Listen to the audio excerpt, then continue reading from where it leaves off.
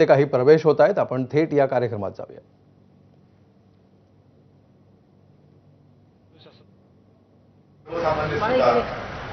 त्या एका भ्रमातून बाहेर पडायला लागले आणि म्हणूनच मी आता तुला थोडं जरा दिलगिरी व्यक्त करतो. तुम्हाला जरा मी बोलत आहे. आत्मरीवाणी बैठक चालू होती.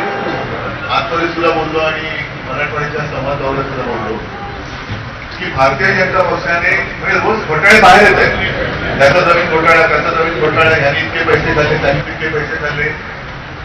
पण सगळ्यात मोठा घोटाळा जर कोणता केला असेल भारतीय जनता पक्षाने तर तो आपल्या देशात संभ्रम घोटाळा केला. संभ्रम घोटाळा म्हणजे काय? मीच तुमचा कैवार आहे, मीच तुम्हाला सगळं काही नाही, मीच तुम्हाला आपण करेन.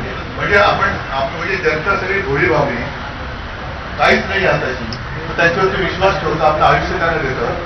आता त्यांच्या लक्षात येतं की हे लोक खोटं बोलत आहेत आणि हे लक्षात यायला लागल्यानंतर तुमच्यासारखे अनेक जण ज्यांना हे जनतेचे हाल पाहत नाहीये ते आता शिवसेनेकडे येते.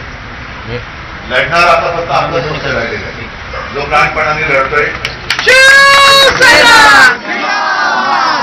आज मुस्लिम बांधव सुद्धा मोठ्या प्रमाणावरती शिवसेनेत आले.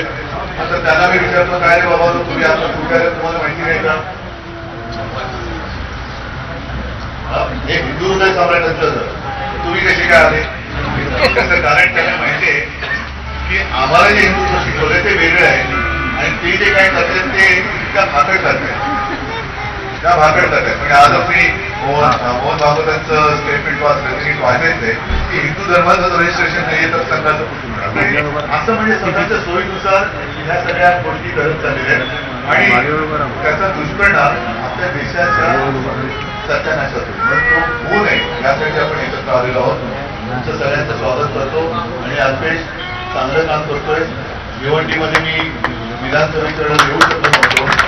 आता तेव्हा आपण तिकडे जाऊ. निवडणूक असो वा नसो पण तुमच्यासाठी मी तिकडे आल्याशिवाय राहणार नाही. सगळ्यांना शुभेच्छा देतो. धन्यवाद. उद्धव साहब तुम आगे बढ़ो, हम तुम्हारे साथ हैं. अल्पेश दादा आगे बढ़ो, हम तुम्हारे साथ हैं.